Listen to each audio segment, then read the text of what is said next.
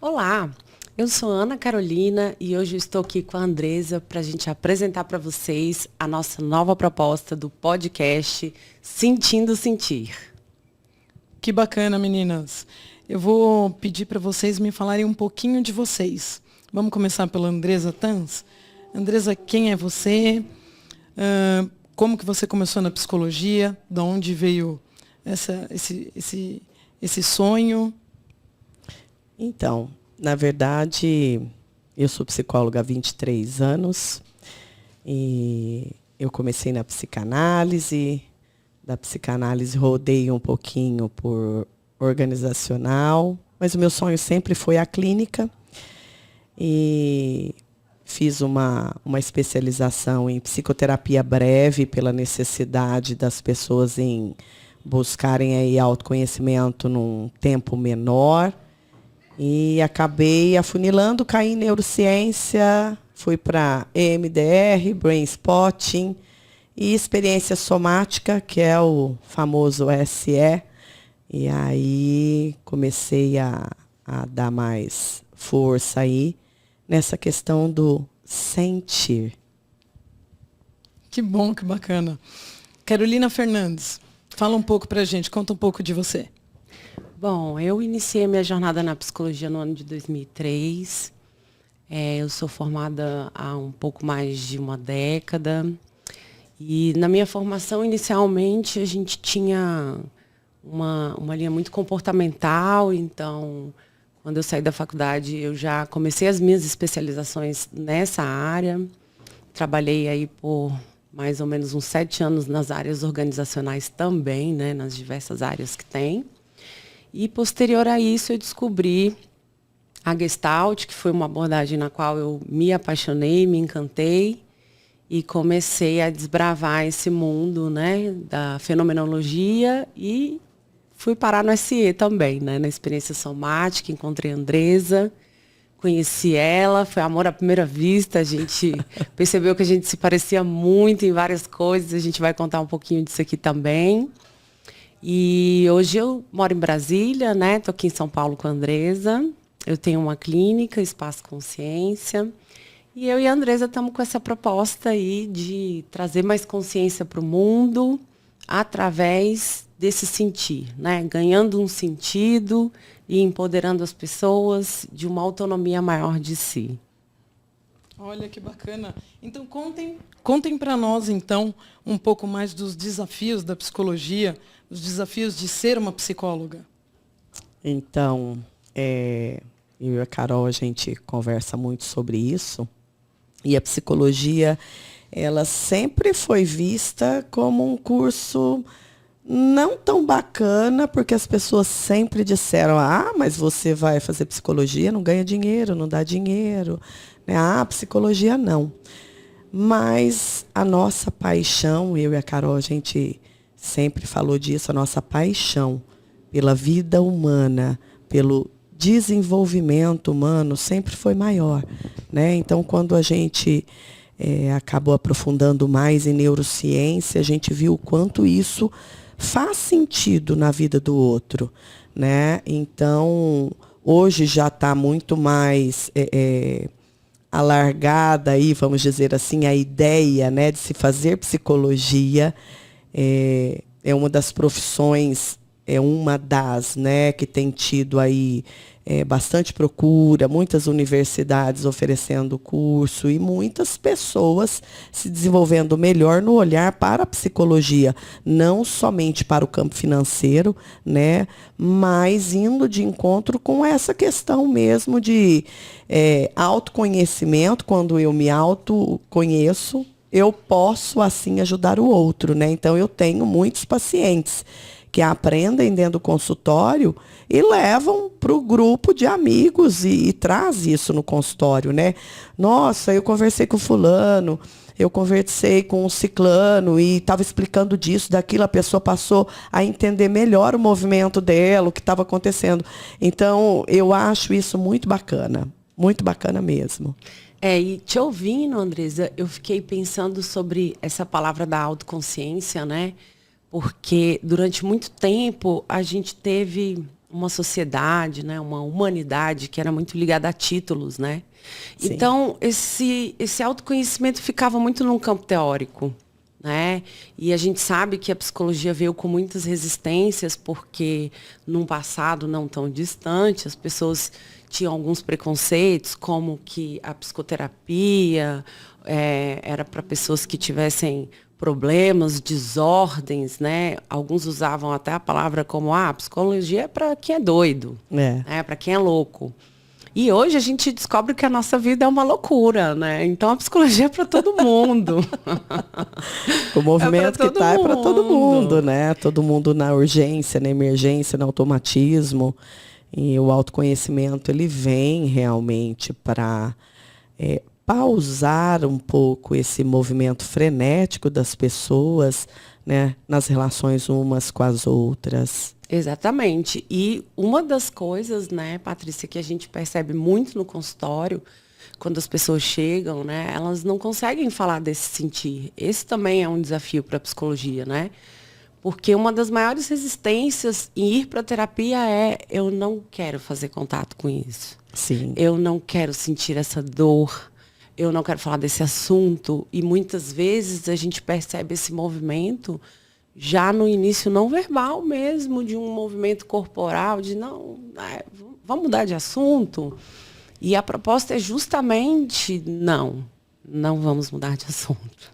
Até porque as pessoas sempre, quando chegam no consultório, uma das primeiras verbalizações o que eu tenho que falar? Eu vim pensando no trajeto para aqui para o consultório e eu não sei por onde começar. Então, o começo, eu sempre digo, não é o falar, é o sentir. Como é que você está se sentindo aqui agora? Como é que você se percebe aqui agora comigo? E aí muitas pessoas respondem para mim, eu não sei o que eu estou sentindo. E algumas, né, até nos desafiam em dizer assim, eu sei sentir. Claro que eu sei sentir, que é isso, eu estou aqui me sentindo. No entanto, muitas vezes, esse sentir não está fazendo sentido, né? Então, quando a gente vem com esse desafio, quando a gente vem com essa proposta de trazer esse novo projeto, é para ampliar essa consciência, essa autoconsciência, que vai além da teoria, que vai para um campo fisiológico, que vai para um campo mental, que vai para um campo de estudo mesmo, né?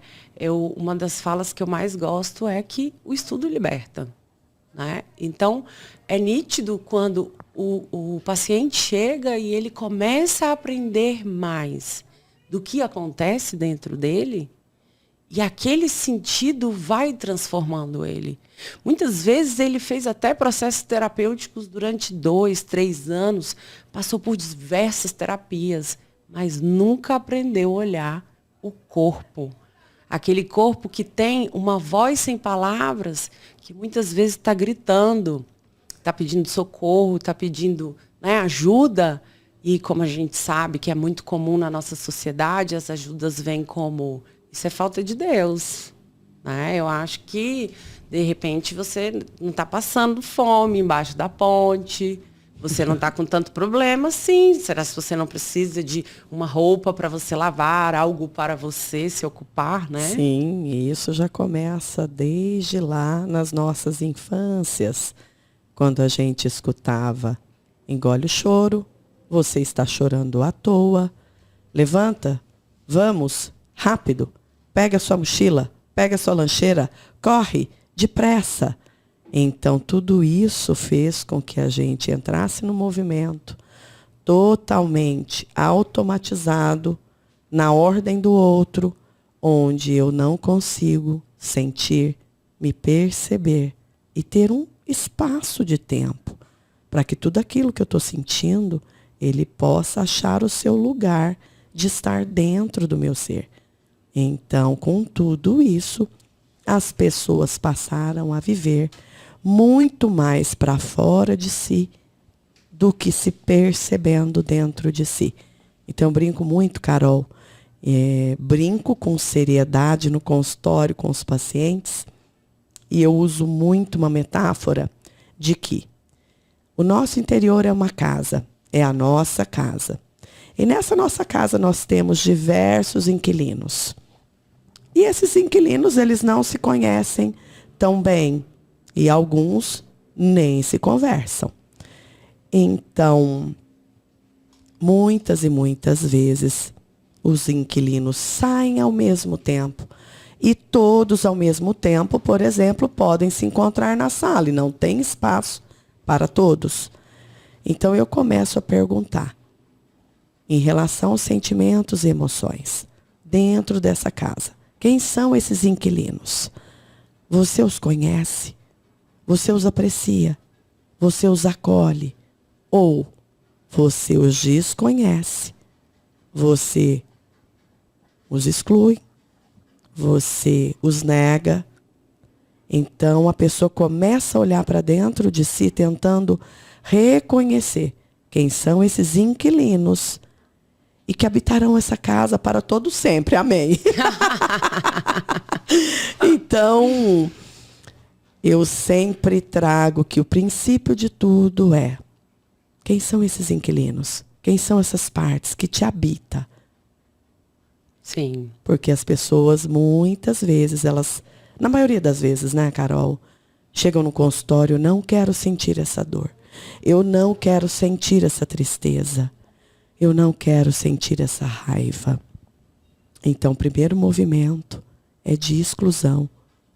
Como se aquela parte ela não pudesse fazer parte. Mas ela já faz parte desde quando chegamos aqui. Então, Exatamente. desde que tivemos vida. E vale dizer que as memórias já começam intrauterinas, né? Sim. Não temos memória, às vezes cognitivas, lembranças, né? A gente traz algo mais vago.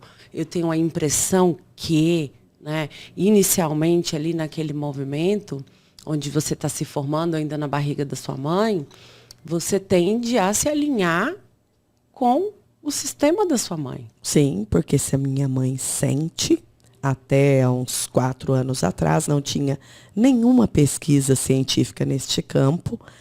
E na Califórnia aconteceu a primeira pesquisa que comprovou que tudo que uma mamãe sente, o bebê também sente exatamente através das taxas hormonais dessa mãe. Então, esse sentir é passado para o bebê. E o bebê também passa a sentir algo extremamente desconfortável, muitas vezes, dependendo do que essa mãe está vivenciando no seu ambiente. Sim, até porque o organismo dele, quando chega aqui, apesar de funcionar perfeitamente, ele precisa aprender sobre Sim. esse mundo. E aí é que está, muitas vezes, mais um desafio, Paty, da psicologia, que é quando esse paciente chega a trabalhar com ele esses aprendizados, esses valores, esses ensinamentos, não com o intuito de desconstruí-los, de jogá-los fora, mas com o intuito de ressignificá-los. Porque a partir desse ressignificar, ele passa a entrar em contato com o sentir dele e não mais do outro. É interessante, Carol, que eu sempre pergunto para os meus pacientes, quando ele fala: eu estava conversando com fulano de tal, começamos a discutir, e eu senti um aperto muito grande no meu peito. Eu fui inundado por uma tristeza imensa. E aí eu pergunto: quando é que você, há tempos atrás, sentiu-se da mesma maneira? Deixa o seu cérebro e o teu corpo te levar nessa viagem que está dentro de você. O teu cérebro é uma caixa preta. E ele tem tudo, exatamente tudo do seu sentir registrado e catalogado. Então essa é a primeira viagem que eu levo os meus pacientes a fazerem dentro de si. Onde é que começa essa história? Num determinado diálogo, onde algo talvez não saia da maneira que você esperava, te produz essa sensação tão desconfortável. E aí eles começam a entrar para dentro de si, que é, na verdade, o ponto primordial da nossa saúde mental. É quando eu começo a entrar em contato com isso e vou aprendendo que eu dou conta, que eu suporto, e aí eu vou começando o processo de autorregulação. Ah, adoro. Eu e a Andresa já conversamos bastante, né, sobre autorregulação organísmica, né? Isso. E já diz o nome, como é que é eu regular meu organismo?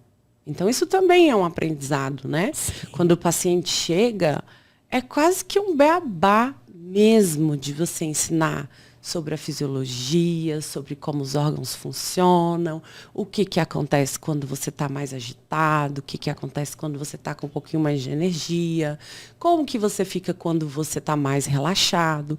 E à medida, e é muito curioso, né, porque em outros momentos eu já tateei essas experiências, mas quando você não ensina para o paciente, né, a gente chama de psicoeducação, essa educação do corpo dele, da biologia dele, né, do funcionamento dele, ele não consegue compreender esses sentidos.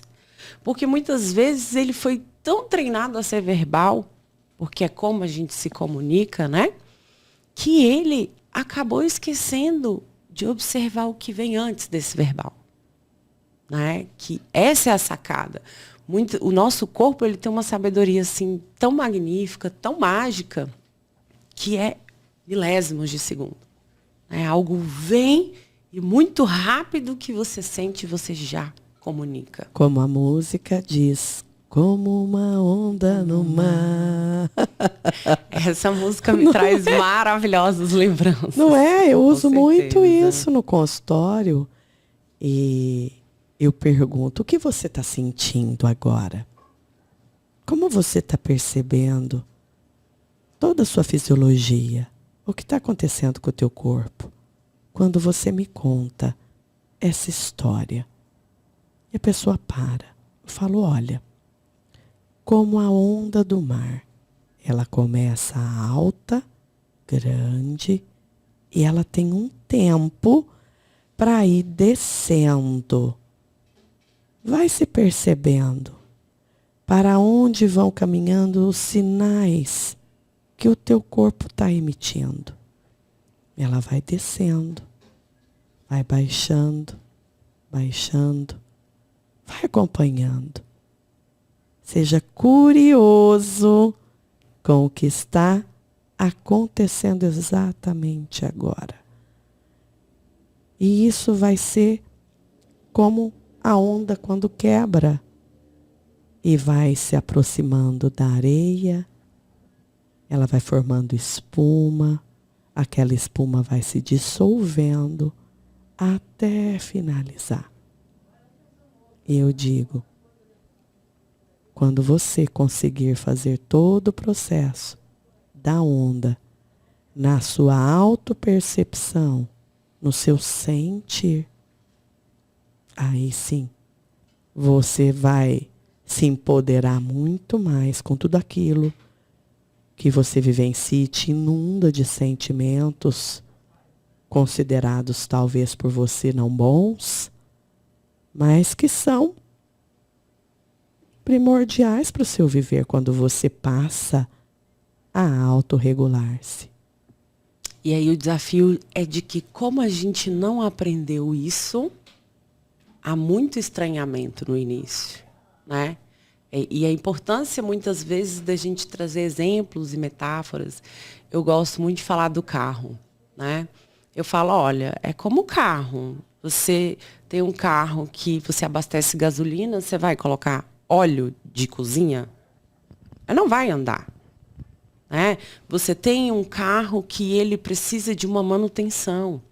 Um carro que tem uma embreagem, muitas vezes um freio, um acelerador, e você vai usar todos eles. Né? Porque durante muito tempo foi vendido um conceito de felicidade como se fosse um estado que a gente alcançasse um único. né? E a vida é movimento. Ora eu piso na embreagem, ora eu piso no freio, ora eu acelero. Né? Se eu acelerar demais, eu vou bater. Se eu frear demais, eu não vou sair do lugar. E se eu também não passar minha embreagem, às vezes eu vou ter um problema ali, né, em passar minha marcha.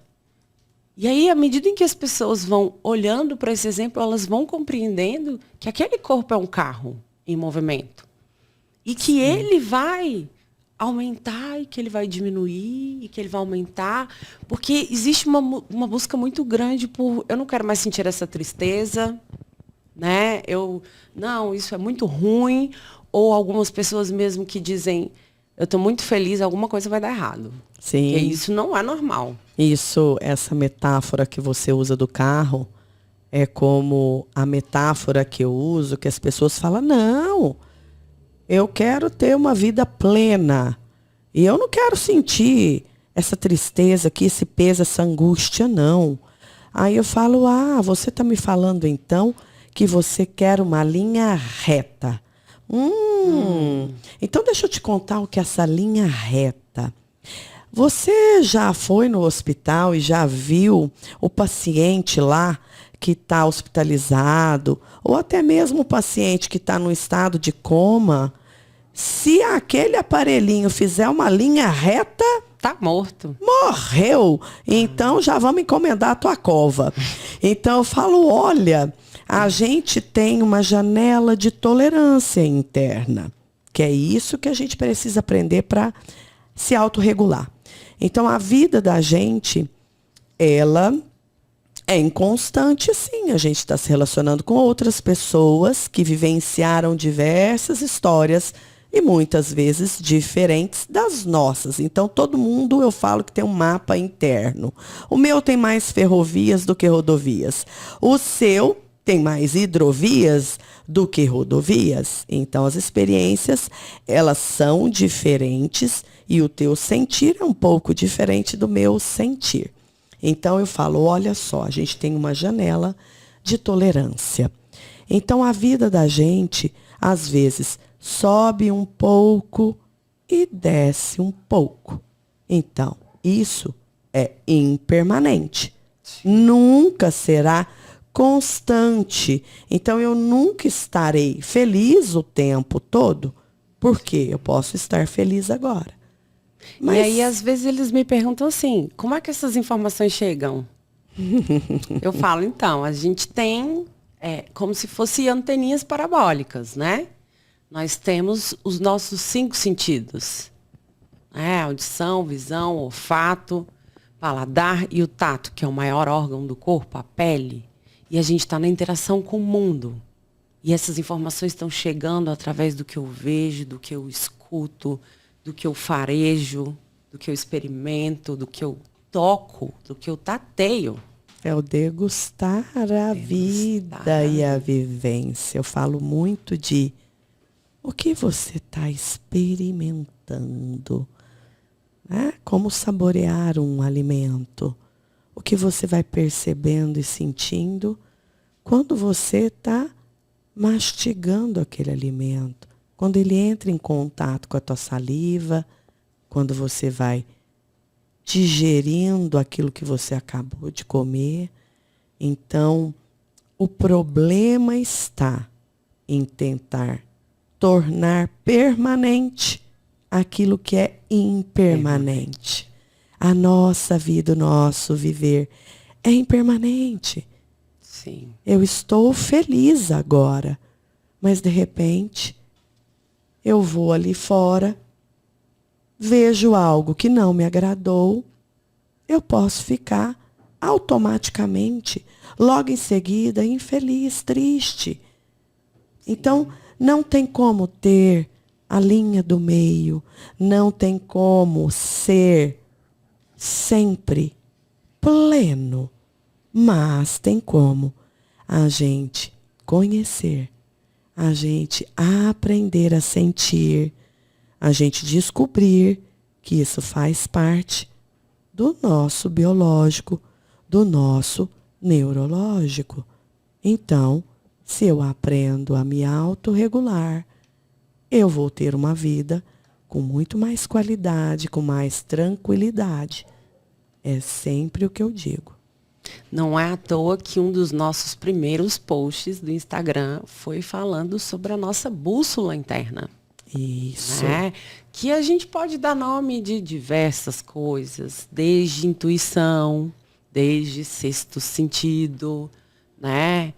Pode ser um GPS interno, mas o que acontece aqui internamente que fala comigo de onde eu estou?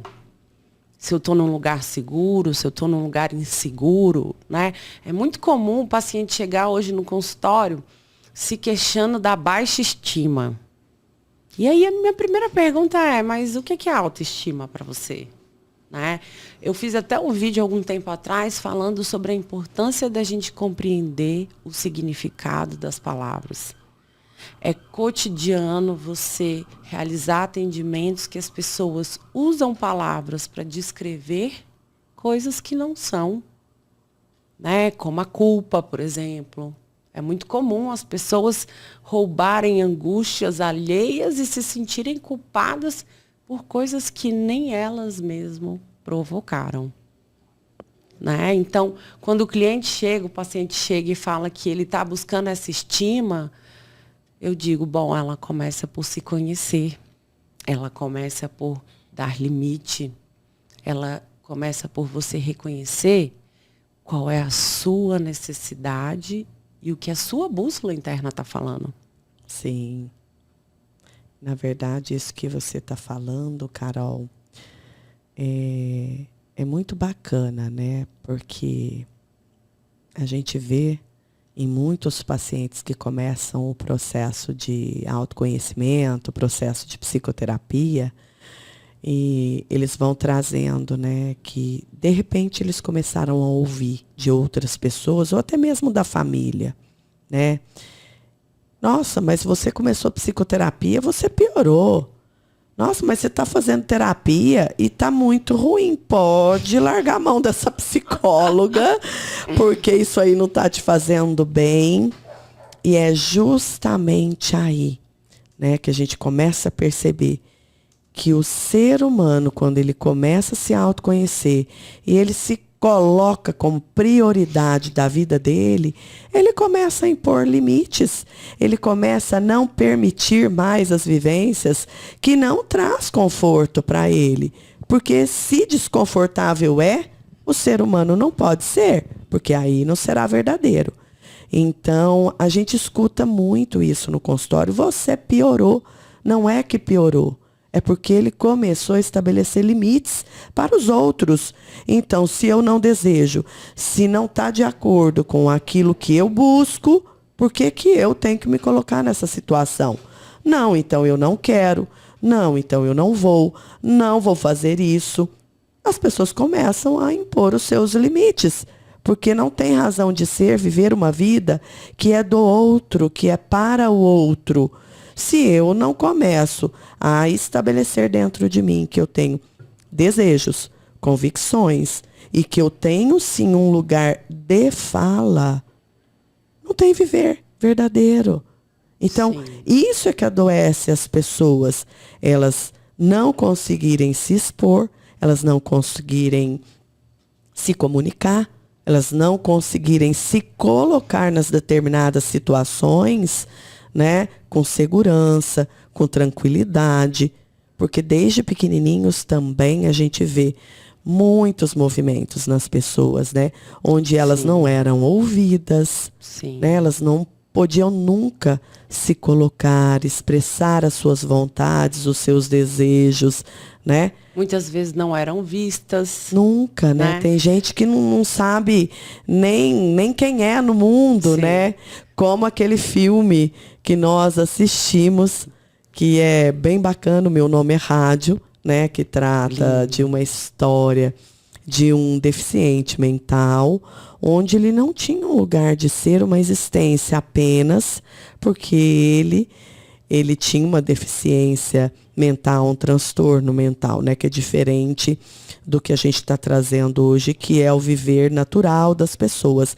Mas neste filme, quando esse rapaz é visto, valorizado, validado, mesmo com suas limitações, ele passa a se expressar de uma forma riquíssima. Sim.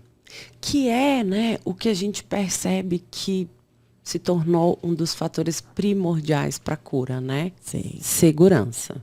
Eu preciso estar segura, eu preciso estar num ambiente onde eu tenha esse espaço, e a psicoterapia é isso, para que eu possa sentir essas coisas com segurança e me transformar. Né? Você foi falando desse filme e eu fiquei pensando como que a ignorância mata, né? Sim. O desconhecimento, ele traz na gente, muitas vezes, comportamentos inadequados, aversivos com o outro. E nesse filme mesmo, a gente vê o tempo inteiro que é uma ignorância por falta de conhecimento. E que, no fim, também a história é muito bonita por contar o quanto essas pessoas que ainda o ignoravam aprenderam que os gestos dele, que a disponibilidade dele, que a entrega dele era muito grandiosa. Sim. Né? E aí você estava contando isso, eu estava lembrando da minha infância, né? Que, bom, cresci numa casa de uma família mineira, né? Tinha muita gente. E eu me recordo de mais ou menos com 5, 6 anos de idade, o meu pai está conversando com a minha avó na cozinha, atrás de um telefone de uma farmácia. E naquela época ainda era lista telefônica, né? E nisso ele disse que prontamente eu voltei, abri a lista e já dei o número da farmácia. Ele ficou impressionado olhando aquilo, né? O que é isso, assim? Para ele, aquilo foi uma atitude de muita coragem no sentido de ir adiante, de proatividade, né? E é curioso porque a minha família tem uma energia muito proativa, eles são muito enérgicos, né? Pessoas que estão na área da educação, então a gente sabe que professor aí muitas vezes tem jornada dupla, tripla, né? Quando não quádrupla.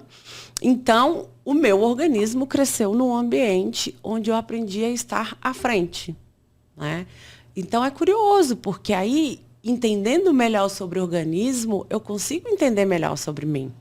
E o quanto que muito do meu ambiente propiciou para que eu sempre fosse uma pessoa muito enérgica, muito à frente, né? Vieram vários desafios que a gente também vai falar sobre isso hoje.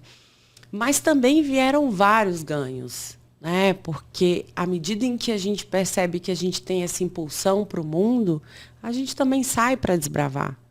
Só que não é isso que a gente ouve por aí, né? A gente ouve de tudo. E eu queria que você falasse um pouquinho, Andresa, dos desafios que foi para você, e a gente já conversou bastante sobre isso, de ser expansiva, de ser uma pessoa que fala bastante, que se comunica bem, de ser uma pessoa que está sempre disponível, que tem um papel de liderança importante. Porque a gente sabe que eu também já vi o inverso sendo muito criticado, pessoas que são mais caladas, mais quietinhas, mais tímidas, né? Então a gente sabe que nem Jesus agradou a todos, né? Pois é. E como é que foi esse desafio na sua trajetória, né? A gente fez muitas formações, especializações, e a gente sabe que o nosso perfil é um perfil que muitas vezes ele é segurado ali no cabresto, né? Pois é, né? Essa situação de hoje com 46 anos e imaginar um cabresto em mim, que sou uma desenvolvedora de seres humanos, né? Eu me olho assim. Mas a Andresa sempre foi uma menina criativa, divertida, alegre. E minha mãe, né? Os meus pais também mineiros, e uma educação muito rígida.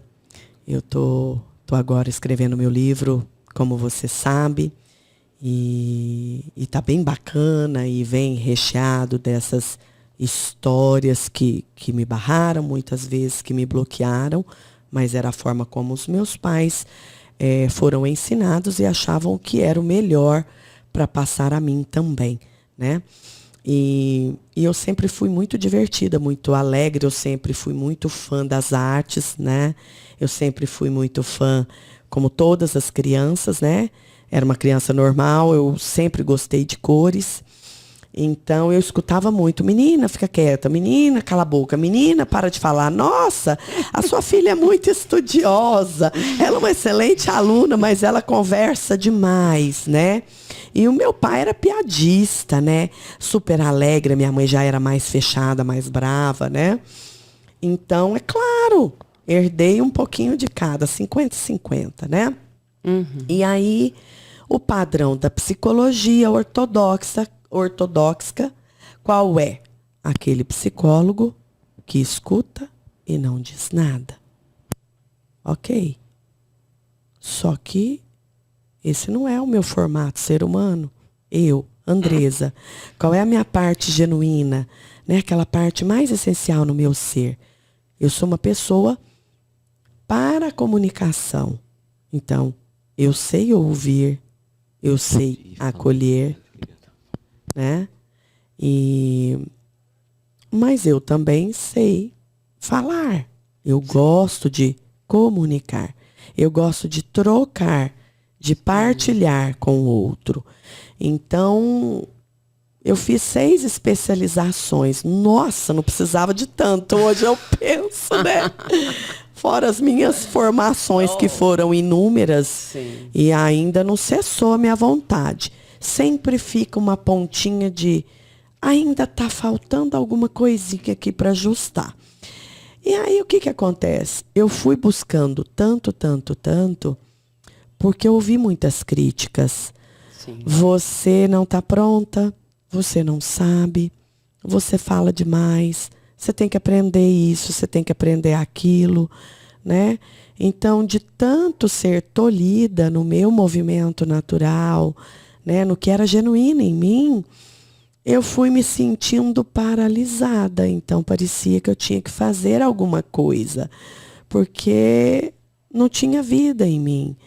Então, toda aquela exigência, né, que faziam em cima de mim, que eu tinha que fazer algo que não existia tanto assim em mim, né, eu fui colocando uma energia muito pesada nessa busca pelo saber, como se eu não soubesse, né? E isso me prejudicou por diversos anos, né? E assim, não, mas você, psicóloga, louca desse jeito, extrovertida desse jeito.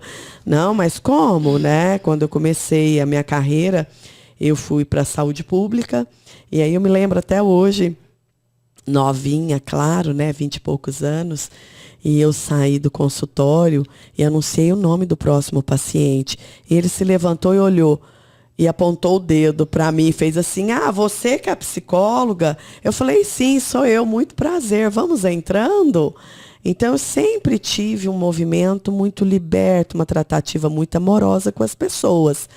Mas essa extroversão, essa comunicação, isso sempre incomodou muitos outros colegas, também psicólogos.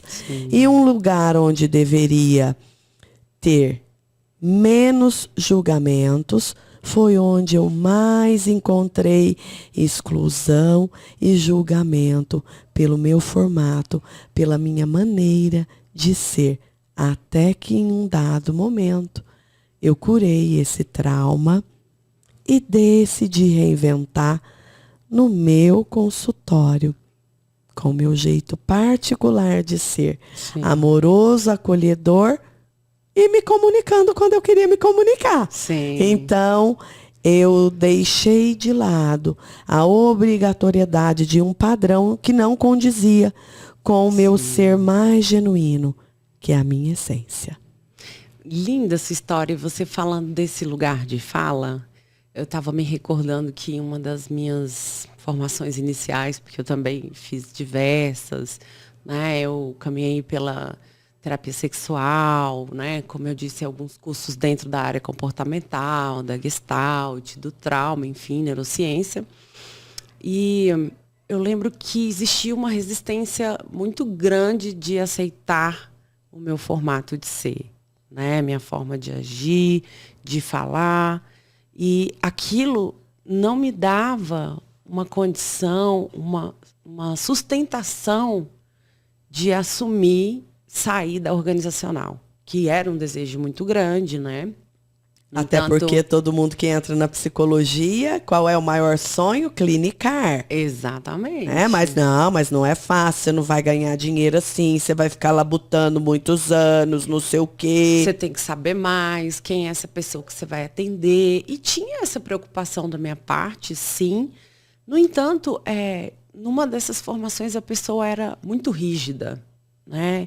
Muito aversiva, muito Nossa, o que eu mais dura. tive foram mestres rígidos Né? e que me causaram traumas que eu tive que trabalhar depois. Exatamente. E que eu olhava, eu tinha muita aversão e aí eu tinha que lidar com vários desconfortos e não tinha nada a ver com o meu formato. Esse era um problema daquele mestre que tinha um formato completamente diferente do meu. E na cabeça dele, o formato mais correto era o dele e não o meu. Então eu cheguei a ouvir, Carol, de uma pessoa que eu tinha elencado como mestre. Bacana, Sim. tinha conhecimento, mas tinha uma fala completamente errada. Você estuda demais. Você não tem foco. Sim. E quando eu olhei para a pessoa, eu pensei, ué, quem não tem foco é você. Quem não percebe os outros é você. Você tá só no seu lugar. Sim. E você não consegue perceber os outros num formato diferente do seu e que tem muitas coisas ricas dentro de si. E você Sim. deve ter vivenciado muito isso. Vivenciei e foi quando eu decidi, num processo terapêutico também muito forte, que a busca do meu sentido estava em encontrar esse meu lugar. E aí, como eu vim de uma família que também é muito amorosa e a minha aprendizagem foi muito amorosa, eu conheci a Gestalt e a Gestalt me abraçou e disse: Gestalt é criar, porém não invente. O limite é a ética e a não violência. Quando eu escutei aquilo, a minha primeira pergunta foi: eu posso ser eu? Né? Porque a gente escuta muito, é muito comum dizer que psicólogo não pode sair, psicólogo não pode beber, que psicólogo não pode postar foto, que psicólogo não pode mostrar a vida dele. E a gente fica num lugar de uma rigidez muito grande entre ser o profissional e quem a gente é. Né? Quando na proposta, muitas vezes o que a gente percebe que o paciente procura é justamente aquilo que a gente é.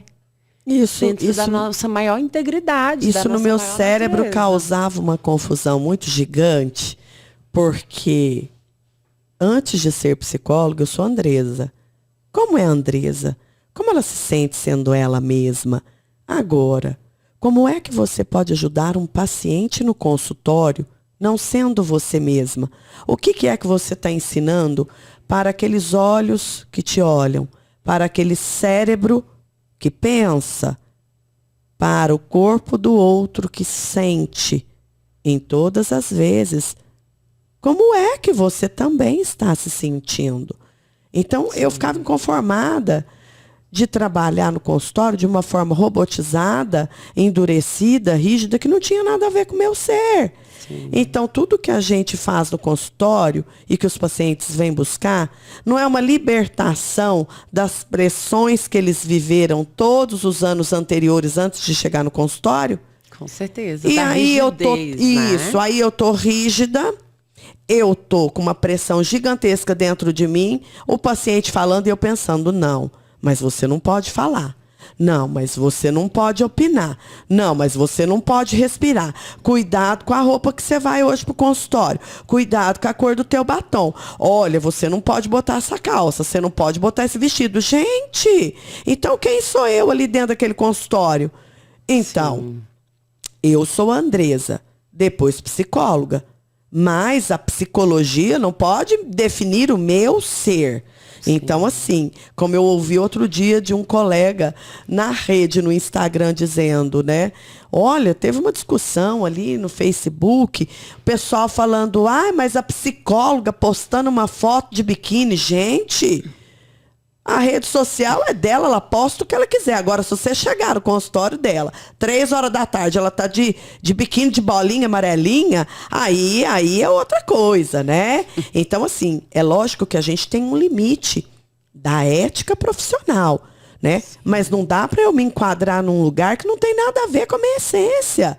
De ficar ali, que eu não posso abraçar um paciente, que eu não posso receber um presente de um paciente. O que é isso? Sim. Que vivência que é essa? São 2 seres humanos. Então, isso não tem nada a ver. Só que na psicologia a gente ouviu muito. Sim. Não pode isso, não pode aquilo, não pode aquilo. Gente. Eu me recordo que no início, quando eu comecei a atender, eu ia fazer um movimento de fala. Aí eu falava, não posso. Agora não. Eu não conseguia. Sim. Não fluía. Por quê? Porque a todo momento eu estava buscando a regra. Uma regra que estava numa rigidez que não permitia essa fluidez de estar com o outro dentro de uma inteireza. Eu sempre falo para os meus pacientes que terapia é empatia. Ok, vão existir pacientes que gostam de profissionais que se comunicam menos, que são mais pontuais. Que bom.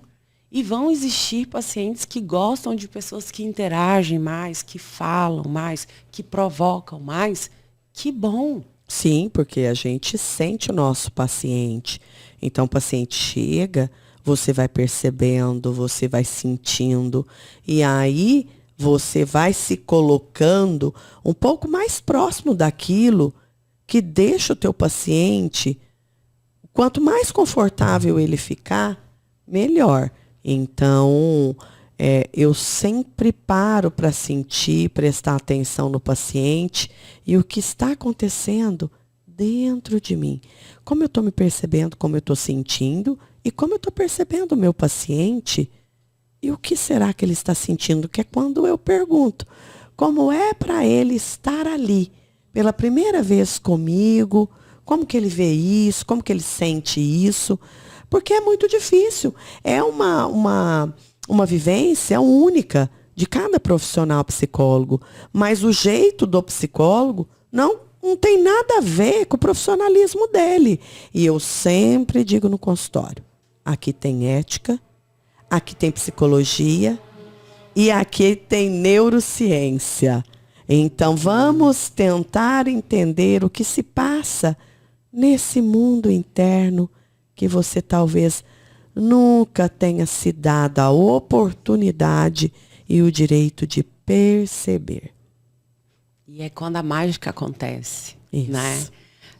Eu acho que uma das coisas que a gente fica mais encantado e que a gente troca sempre é essa oportunidade de ver como aquele paciente vai mudando. Ele muda a cor, ele vai abrindo o sorriso, ele vai soltando os ombros, ele vai encontrando um lugar da respiração, um lugar onde ele se sinta relaxado e confortável. E aí é onde o processo começa a acontecer. É a permissão para que o processo aconteça, né, Carol? Como isso é vivo e como isso é assistido, né? Primeiramente pelos nossos olhos, o nosso sentir enquanto psicólogos. E quando você vai devolvendo isso para o teu cliente, o teu paciente, e o quanto às vezes ele fica surpreso, porque nem ele percebeu, porque ele nunca se autorizou e nunca deram autorização para que ele se percebesse como um ser único e maravilhoso. E isso é que faz a mágica acontecer, né? É Porque isso. é quando ele se apropria dele mesmo.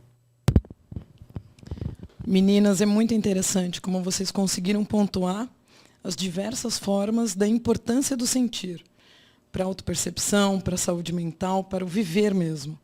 E justamente com isso vem uma questão. Por que as pessoas têm tanta dificuldade em procurar um psicólogo e agendar uma sessão no consultório com ele? Vocês conseguem contar um pouco aqui pra gente? Eita, lá, hein, Carol? Desafios diversos. Isso, né? Na verdade, assim, primeiro de tudo é que ainda tem uma resistência, um tabu ainda grande de que quem procura o profissional psicólogo no consultório é porque ele tá louco, tá doido, ele não sabe tomar conta de si. Imagina, para que você vai lá? Você tá doido? Quem vai no psicólogo é louco. Ainda, infelizmente, existe esse tabu. Sim. E dentro de tudo que a gente falou, eu acho que a gente tá aqui nesse lugar mesmo de desconstrução dessa fala totalmente descabível. Aí a fala é enlouquecida, né? Olha, se você for no psicólogo, você é louco, né? Então, isso acho que inicia aí, né, uma das mais importantes resistências. Tem, é muito antigo, né? Também, né? Mas tem essa questão de eu não quero sentir tristeza, eu não quero sentir dor, eu quero tirar isso de mim. Como é que faz para passar isso? Eu quero que passe isso. E aquele desespero do não dar conta disso que eu estou sentindo. Então, as pessoas não querem entrar em contato com isso. Eu percebo muito a questão do medo presente, né? O que as pessoas vão pensar de mim, como eu vou ser julgado. E eu acho que isso também vem do cuidado do psicólogo, muitas vezes, criar esse espaço de conforto. Então, eu, por exemplo, quando os meus pacientes chegam e começam a trazer problemas, questões de saúde mental que a família tem, eu falo, bem-vindo, querido, a minha também tem. Sim. Eu não vivo num planeta fora do seu. É como se o psicólogo, mesmo terapeutizado, ele não sentisse raiva, ele não ficasse nervoso. Exatamente. Né? Então, assim, é como dentista. Só porque ele é dentista, ele nunca vai no outro dentista. Né? Ou como os julgamentos que a gente ouve do tipo, não vou no dentista que não tem um dente alinhado como eu gostaria, ou num endócrino, num nutricionista que esteja com o corpo dentro de uma estética que eu imagino que seja ideal. Como é que eu vou num psicólogo sem eu saber se ele é bom da cabeça ou não? Mais uma vez, né? Por que as pessoas estão fora? Sim. Né? Para que você precisa... Óbvio que a gente precisa de indicações, né? E a gente sabe hoje, atendendo já há mais de uma década, que as pessoas vêm através das indicações. É bem difícil pacientes me procurarem que nunca me viram. Geralmente eles sempre vêm, conhecem, ou dos cursos, nunca ouviram, ou das formações, né, falar de você. Nunca ouviram. E quando eles buscam, eles já sabem o perfil também, né? Às vezes é até engraçado. Tem algumas colegas de supervisão, já faço supervisão há muitos anos também, que elas dizem, olha, eu acho que esse caso aqui é seu número, parece com você, porque vão ter as afinidades também, as empatias da história. E quando o outro se sente acolhido na história dele, aí tudo é possível, né? Mas se ele perceber minimamente que algo ali está colocando ele numa situação de insegurança, não tem processo terapêutico. Ei, Carol, e diga-se de passagem, eu e você, quantas vezes encontramos com olhares tão julgadores, né? Tão de nos colocar vestimentas que não tinha nada a ver com a nossa essência ou com o nosso profissionalismo, né? Então... E curioso, porque você falando isso, uma curiosidade é que não existe um certo. Por exemplo, eu já ouvi assim, você tem que estudar mais. Como eu já ouvi, você estuda demais. Sim. Como eu já ouvi, você tem que trabalhar mais. Como eu já ouvi, você trabalha demais. Sim, então parece que nunca existe um lugar satisfeito. Sim, nunca tem um fim esse trem, né? Então, assim, como é que você vai se adequar se você tem diversas falas na sua orelha, né? Então, isso vai muito do padrão de cada um. E se a gente, né... o psicólogo, ele faz muita terapia, porque para cuidar do outro, primeiramente, desde a faculdade, né? Todo mundo aí que faz faculdade ou fez psicologia sabe, desde o início, a gente vai para a psicoterapia. Por quê? É muito engraçado que a gente vê paciente procurando transtorno no Google, né?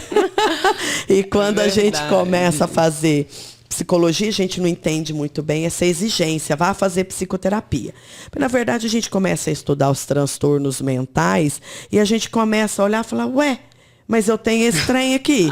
Não, mas aquele outro ali eu também tenho. Meu Deus, né? Eu tô ficando doida, né? Então... Eu olhava e falava, meu Deus, eu tenho tudo isso. A lista inteira de sintomas, né? Então, assim, gente, a gente faz terapia para se autoconhecer, para ver os seus limites. e até passar a entender que os outros também têm um limite.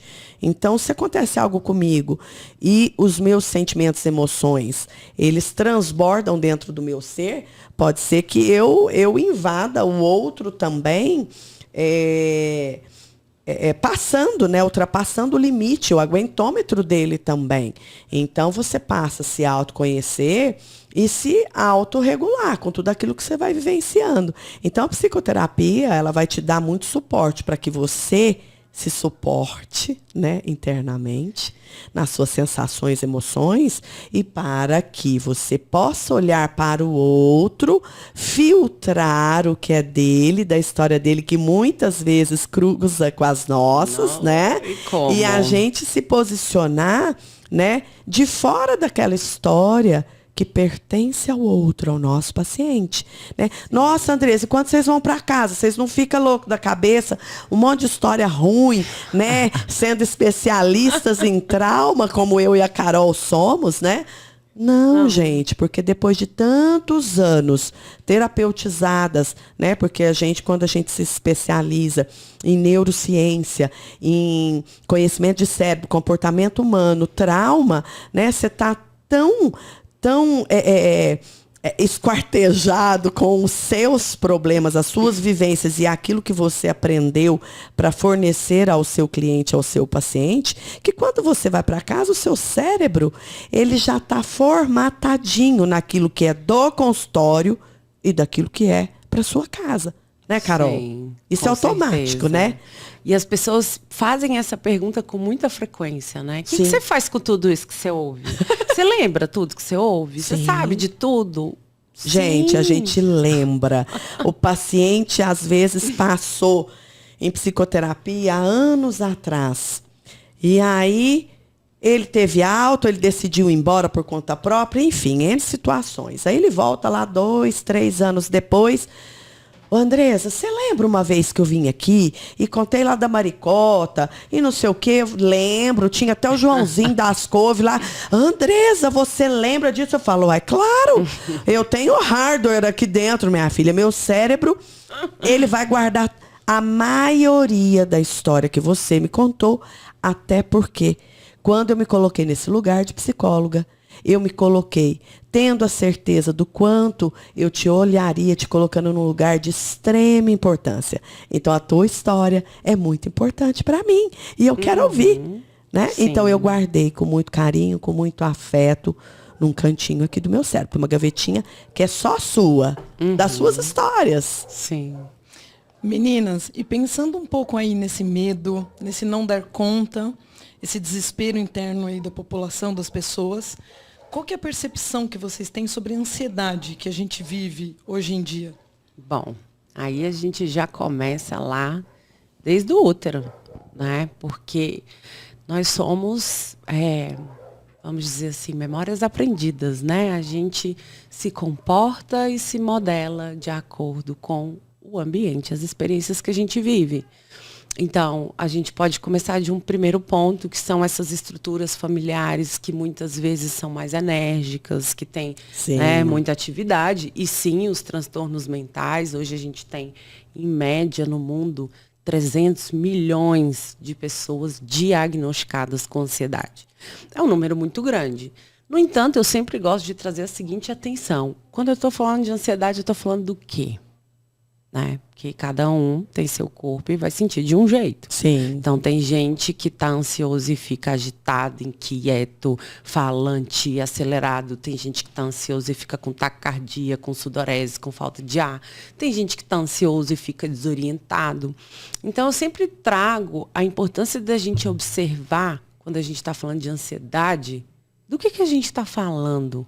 O que está acontecendo tanto nessa dinâmica vivida, no dia a dia, no trabalho, em casa, na família, nas interações, eu-mundo, o que está acontecendo que está deixando essa pessoa desorientada, desorganizada? Sim. Porque parece, às vezes eu tenho uma sensação de que é como se a ansiedade fosse um bichinho de estimação, sabe? Que a pessoa está andando com ela na rua e dizendo, eu sou ansiosa, eu sou ansiosa, eu sou ansiosa.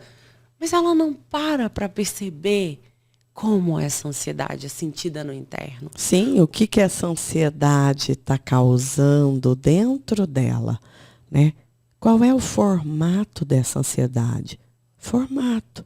Ela é grande, ela é pequena, ela causa desconforto. Como é esse desconforto? Porque as pessoas me perguntam, Andresa, mas como você disse, Carol, né?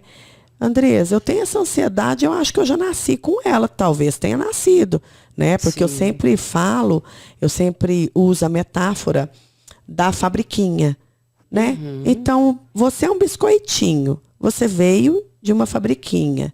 A sua fabriquinha tinha um formatinho assim, assim, assado. E aí você saiu mais ou menos parecido. Então, o que você herdou dessa fábrica? Sem falar que essa fábrica veio de outra fábrica, que veio de outra fábrica.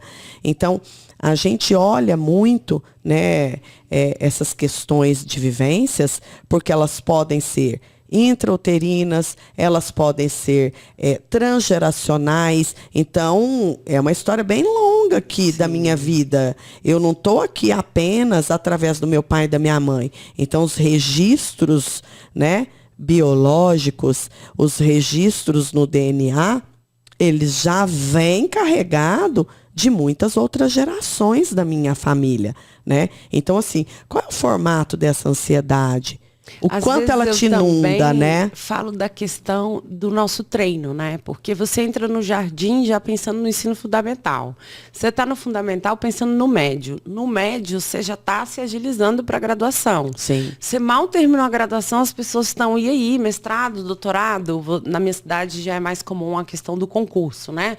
E aí, tá estudando para concurso? Tá fazendo alguma coisa? Porque... Mas ninguém perguntou se você quer fazer um concurso. Exatamente. Você deseja, Carolzinha, fazer um concurso? Não, eu não quero isso para mim, não. Mas eu vivo numa região onde 80% da população deseja. E aí eu sou obrigado a desejar também. Então, muitas vezes a ansiedade ela é produzida por um padrão lá atrás, dos nossos pais, da família, isso vai sendo repetido no movimento que a gente vai vivendo na escola, com os amigos. Então começa, como desde se fosse pequenininhos. gado, né? É gado, é gado. Então assim, somos gado no meio da banada. Não, eu e a Carol, nós somos ovelha.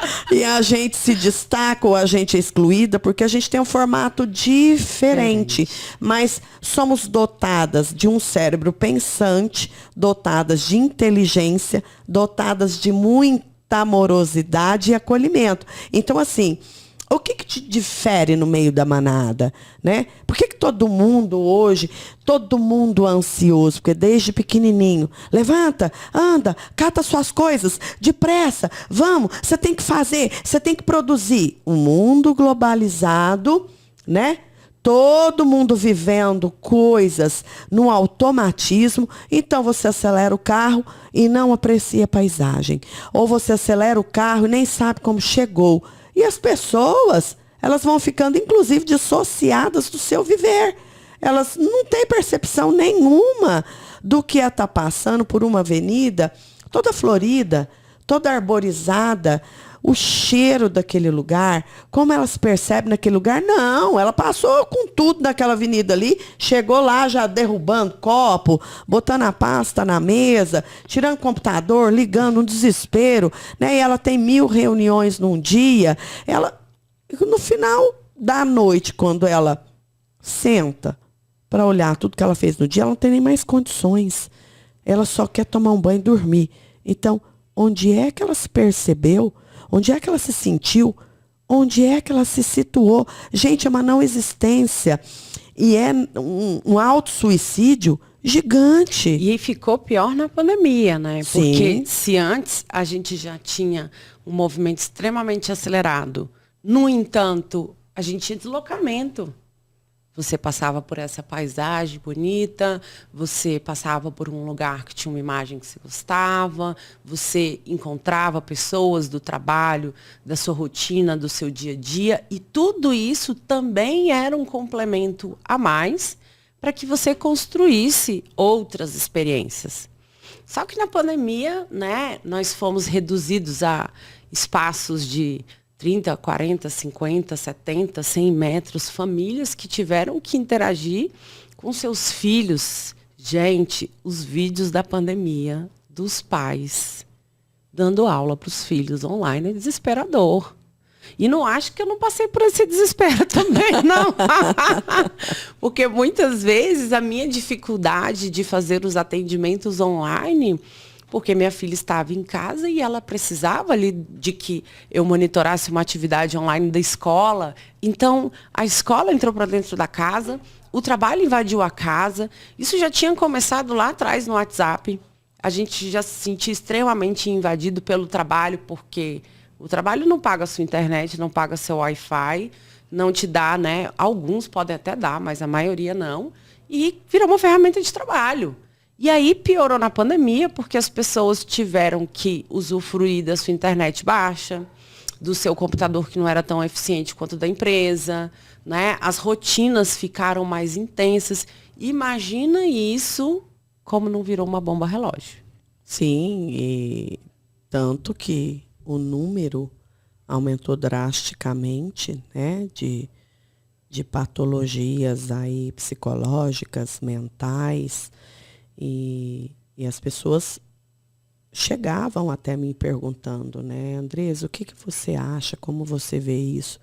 Primeiro, o nosso cérebro não foi formatado para receber tantos estímulos Ao mesmo elétricos, eletrônicos ao mesmo tempo. Aí o que o povo faz? Ritalina. Sim, Venvance. Então, assim, você sentar de frente para um computador, onde você não tem interação humana, você tem interação máquina. Depois, o cérebro tenta entender que haverá uma interação humana através de uma tela, mas daí o seu cérebro administrar os ruídos do seu ambiente, cachorro, filho, martelada, marretada, aspirador de pó, você administrar tudo isso, né? Porque uma casa, ela não está adequada para um ambiente anti-ruído, então é tudo junto e misturado. Então, o nosso cérebro precisava administrar todo o nosso ambiente com todos esses estímulos, o estímulo da luz da tela de um computador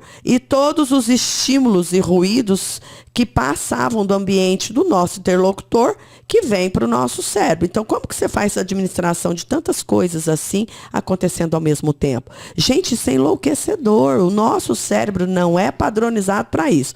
O nosso cérebro é padronizado para quê? Para as relações humanas, o contato humano, o tete a tete. E aí passamos a ter uma figura através de uma tela. Então, isso tudo é muita informação. E aí você tem que ter o mesmo rendimento que você tinha quando você estava lá no seu escritório, na sua empresa, no seu consultório. Só que agora com a invasão das pessoas na sua casa. Sim. No seu ambiente interno, onde era o seu ambiente seguro. Sim. E agora talvez não seja mais, porque você é obrigado a abrir a câmera, você é obrigado a se expor quando você não quer expor. Às vezes você não quer que a pessoa veja a sua casa. Sim. Não quer que a pessoa tenha acesso ao seu ambiente, né? Você está ali no exercício de tentar fazer algo e tem alguém te chamando, pedindo uma coisa, Sim. a comida, o almoço não espera. Era muito curioso em alguns cursos, porque as pessoas reduziam o horário de almoço. E aí existia um desespero dos alunos assim, gente, mas como? Olha só, quando a gente fazia curso presencial, a gente ia para um restaurante, já estava pronto. Agora, como é que você vai deixar a sua refeição pronta em 1 hora, muitas vezes, para você comer, correr, fazer? Tem gente que tem filho, né, marido, enfim, tem outras dinâmicas na casa. E aí essas pessoas começaram a ficar desorientadas. Você sabe, Carol, que você falou isso, né? De você não querer abrir uma câmera, aparecer na frente ali naquela reunião, né? Online ali, videoconferência. E eu tive uma paciente, uma adolescente, e ela ficou traumatizada aí na pandemia, porque já tinha uma autoestima rebaixada, tinha dificuldade, né, com a sua aparência. E aí ela falou, olha, eu acabava de acordar. E aí a minha mãe me obrigava a abrir a câmera. E eu só tenho notas boas na escola. Eu sou estudiosa. Eu só não queria abrir a câmera. E assim, num desgaste emocional gigantesco, num sofrimento emocional enorme, né? Porque ela apenas não queria abrir a câmera, porque ela não tinha segurança com a aparência dela. Ela só não queria. Então, gente, o quanto causou de desconforto, transtorno e traumas para várias pessoas e assim de diversas modalidades, entendeu? Eu não quero agora, né? Eu não vou abrir a câmera. E assim, teve cursos obrigando, né? O aluno, a gente sabe que a gente participou de vários e aconteceu inclusive conosco, né? Essa questão da obrigatoriedade.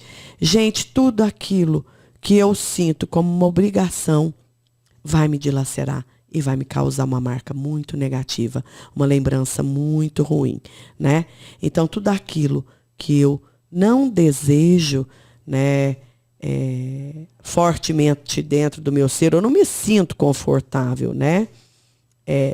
Vai me causar um desgaste muito maior emocional. É claro que em devidas proporções a gente sabe que a sociedade, né, a gente tem regras e normas para a gente conviver bem, né, entre os outros, né, dentro de uma empresa tem uma hierarquia, mas tem situações que elas são desnecessárias. Sim, e que, como você disse, deixam marcas, muitas vezes, devastadoras, né? É muito comum também a gente ver o paciente chegando, né, no consultório e dizendo, eu não sei o que eu tenho. Né? Eu não consigo perceber o que está acontecendo comigo. Então, eu acho que também essa proposta do sentindo sentir vem com esse objetivo de dizer, vem aprender o que você está sentindo. Sim. Vem observar qual é o sentido desse sentir. Para que isso está chegando em você como uma informação? Porque muitas vezes o que a gente faz é ignorar essa informação. O nosso sentido está dizendo, não vá. Tem gente até que costuma dizer assim, eu sabia que eu não devia ter ido, eu falei, eu tinha acordado, eu disse que eu não estava bem, que não era para eu ir, mas eu fui. Eu escuto isso todos os dias no consultório, Carol. Andressa, eu quero trabalhar minha autoconfiança, porque eu fico com muito medo. E eu sempre digo, gente, coragem não é ausência de medo. A coragem é um movimento, né, que vai te impulsionar para ir de encontro com aquilo que você deseja, né, para ir em busca dos teus sonhos. Mas, gente, se é uma coisa nova, o teu cérebro, ele vai mandar para o teu corpo um impulso de um pouco de insegurança, um pouco de medo. Como é que você percebe isso? Como é que você sente? Isso te transborda? Isso te inunda? Ou não? Ah, não, eu sinto, mas eu vou assim mesmo. Então, coragem não é ausência de medo. O medo, ele sempre vai ter uma pontinha aqui dentro do nosso ser. Então, como é que a gente percebe? Onde que começa essa história de não se sentir tão autoconfiante? Né? E falar, não, eu sabia que ia acontecer isso, Andresa, mas eu preciso ter várias afirmações dos outros, as pessoas me validando que eu estou no caminho certo, mas eu já sabia. Então, onde é que começa essa história na sua vida, fulaninho? De você se sentir tão impedido, de você se sentir com tanto medo, com tanta insegurança. Aí a pessoa começa a escanear a vida dela anos atrás e começa a perceber através do sentir, que era quando ela tinha 4, 5 anos de idade. Ah, aconteceu isso comigo na escola, na minha casa. Então, essa situação de inseguranças, elas começam muitos anos atrás. Sim.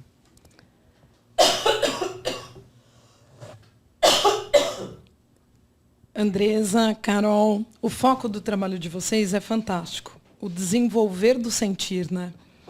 Então, agora eu fiquei muito curiosa. Eu gostaria de saber um pouco mais do projeto de vocês. Qual a proposta do Sentindo o Sentir? Bom, eu e a Andresa, a gente montou uma proposta onde O intuito é que a gente semanalmente se encontre para falar e debater temas, assuntos, possíveis perguntas, né? A Andresa trouxe que ela está lançando o livro dela em breve e é uma proposta também que a gente traga mini cursos, mini workshops, para que as pessoas possam experimentar, sobretudo vivenciado e não teórico, né? Na minha formação de Gestalt mesmo, para mim, uma das coisas que essa especialização me trouxe de diferencial foram as vivências, né? Quando eu sinto no meu próprio corpo, a experiência é outra. E aí vale dizer que a gente aprendeu errado, que a gente deveria se colocar no lugar do outro. Né? E que, como muitas vezes, se colocar no lugar do outro pode ser uma grande armadilha, porque vai acordar as minhas histórias e não a do outro, vai mexer nas minhas sensações e não no outro. Né? É comum, às vezes, ouvir o paciente dizendo que assiste esses seriados de serial killer, seriados onde contam histórias trágicas e, posterior a isso, ele começa a perceber muito medo, desorganização, desorientação, começa a ter pesadelo. Então, nessa proposta desse projeto, a gente quer se aproximar mais com o intuito de ensinar cada um sobre si, ampliando essa consciência do seu funcionamento, do seu organismo, do que acontece, porque também, não sei se acontece isso com você, Andresa, mas às vezes as pessoas dizem, se eu sentir, eu nunca mais vou sentir, né? Não, se você não sentir mais, você está morto. Você precisa sentir. Sim. A diferença é que agora você entende o que você está sentindo. É perceber como você sente, o que te acontece quando você fala uma determinada situação, você está se comunicando de algo que te ocorreu. E como você se percebe quando você lembra daquela história. O que você vai sentindo? Como você vai percebendo? O que está te acontecendo aí dentro? Porque como você disse, a gente sabe, a gente comunica falando. Tá, mas a gente pode se comunicar sentindo, até porque os estudos científicos mostram a frequência cardíaca, ela é sentida e reverberada até 1 metro de distância, né, pela outra pessoa. Então, como está o seu batimento cardíaco agora, é como está o meu. Você já acredita que você acredita que eu já ouvi gente dizendo assim, eu não quero mais sentir esse coração batendo? Uai. Então você vai morre. morrer, né? Falei, não tem jeito. Ele acelera porque ele quer te dizer que algo está te deixando inseguro. Algo está acontecendo que é desconfortável. O que é que te deixa tão desconfortável nessa situação? Ou às vezes uma emoção muito forte. Não é? Você pode ter uma emoção também inconfortável, muito forte. Sim.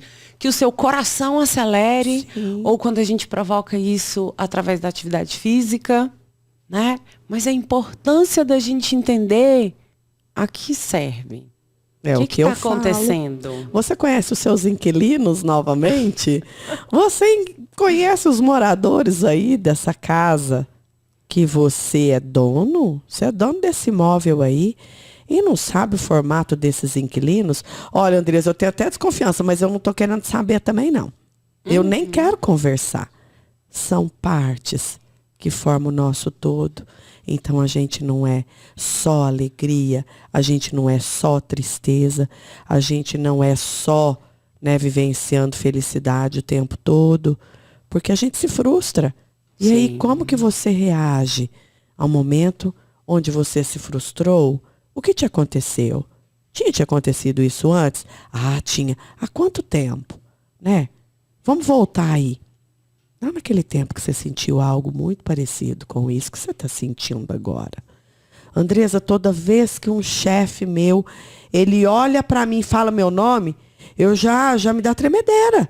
Meu coração dispara, eu falo, o olhar dele antes da fala já te provoca. Essa sensação? Sim, Andresa. E o que o olhar dele te lembra? quando você olha para essa lembrança sua, do olhar do teu chefe, que te provoca, te traz essa sensação? Onde em outro momento na sua vida você se lembra de ter encontrado com um olhar parecido com esse do seu chefe? Gente, é um caminho a ser percorrido lindamente, mas às vezes doloroso. Mas é lindamente porque antes você não tinha vivenciado essa experiência. E como a gente também precisa percorrer por esse ensinamento das sensações, né? Sim. É muito comum você dizer assim, qual é a sua sensação? Ansiedade. Então, vamos lá. Ansiedade é um conjunto de várias coisas que está acontecendo aí dentro, né? Quando você diz que você está ansioso, o que você percebe aí dentro que você está dando esse nome de ansiedade? Então, isso é um dos sentidos desse sentir, né? Quando eu busco as sensações e eu mergulho nelas como forma de ampliar e compreender mais a que serve aquilo que o meu corpo está a me dizer sem que eu verbalize, mas que eu escute essa voz sem palavras. A partir do ambiente que eu estou vivendo, das minhas interações, aí eu começo a ganhar um sentido no meu sentir. Então, a proposta, e aí eu e a Andresa, a gente estava buscando o nome, pensando assim, cara, e aí, o que a gente vai colocar? Vamos lá, Andresa, Foi vamos tão pensar lindo, né? numa coisa super legal. E a gente deu várias opções de nomes, e quando a gente chegou nesse sentindo o sentir, foi como se fizesse um sentido pra gente. Caiu como uma luva. A gente estava sentindo ali, né? Muito. E falando, cara, as pessoas têm resistência às vezes de sentir esse sentir. Como é que é a gente, então, engajar nessa ideia de ampliar essa consciência na busca de trazer indivíduos mais conscientes para a sociedade? Porque se a gente tem mais conhecimento de si mesmo e dá conta de si mesmo, seria, né, muitas coisas seriam bem diferentes, né, do que a gente assiste por aí. Sim, porque quando a gente não tem autoconhecimento, quando a gente não sabe o que é sentir, né, as nossas emoções, os nossos sentimentos, porque isso, ele traz um movimento fisiológico, não tem jeito. Todo mundo está sentindo alguma coisa agora. Não tem como não sentir. Mas a gente fica bloqueado com o movimento automatizado do viver, né? Então, eu fiquei pensando, você falou isso, das pessoas agora, nesse momento, tá ouvindo isso e tá sentindo algo. E aí a minha provocação é, para você que não sentiu nada, é treino. É muito treino, né? Não é difícil, não é impossível, é aprendizado, mas é treino. Durante muito tempo era comum ouvir as pessoas dizerem, eu sou muito racional, eu sou cabeça. Como se elas tivessem ignorado o corpo como parte do corpo, né? Sim, o corpo não existe. O corpo não aí existe. As vísceras, na verdade, os seus órgãos. Como é que eles ficam? Isso tem uma vida.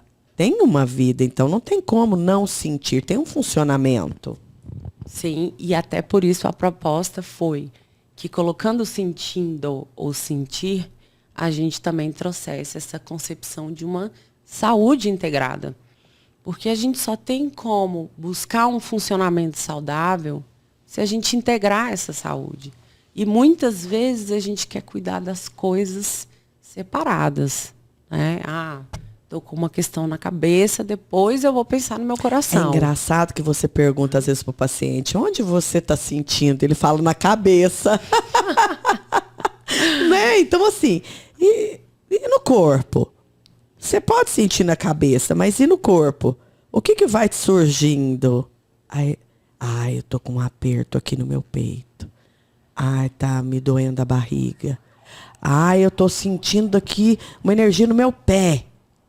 Fica claro quando você vai trazendo esse espaço para o teu paciente.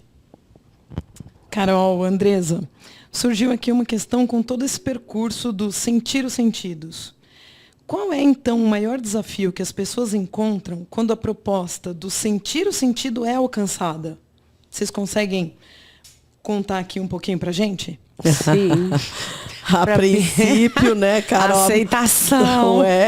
A princípio, até o paciente, ele traz uma certa indignação. Primeiro que, nossa, eu tô conseguindo mesmo. Meu Deus, eu achei que eu nunca ia dar conta disso, né? Ou então, como é que nunca ensinaram isso pra gente? Isso, mas eu fiz terapia 10 anos e nunca me falaram disso, né?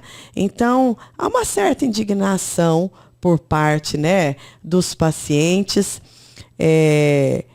Há uma expansão muito grande naquilo que ele tanto desejava que ele não imaginava que poderia acontecer. Mas há também do outro lado da parede, vamos dizer assim, né? Uma resistência muito grande por parte de familiares, né, de colegas, né, marido, esposa, namorado, filhos. Né, filhos, né, que aí recai naquilo que a gente já havia discutido, que é, você foi para terapia e ficou pior, né? Não, eu fui para terapia e fiquei melhor, porque agora eu sei exatamente como eu me sinto e como eu quero sentir. Então, se eu não gosto, eu escolho, que eu não sou obrigado, né? Eu adoro aquela fala, nossa, eu descobri que eu não sou obrigado. Não sou obrigado a nada, não sou obrigado a nada. É verdade, ninguém é obrigado a nada. Então, quando eu não estou à vontade, eu não posso ser de verdade. Ou eu não sou de verdade quando eu não posso estar à vontade. A verdade é uma só, é essa. Então, isso, às vezes, a princípio, quando o paciente começa a colocar limites e dizer para o outro, não, eu não concordo com isso, não. Não, eu não vou. Não, eu não quero. Então, isso causa nos outros, às vezes, uma indignação negativa. Mas é um momento de empoderamento daquele ser.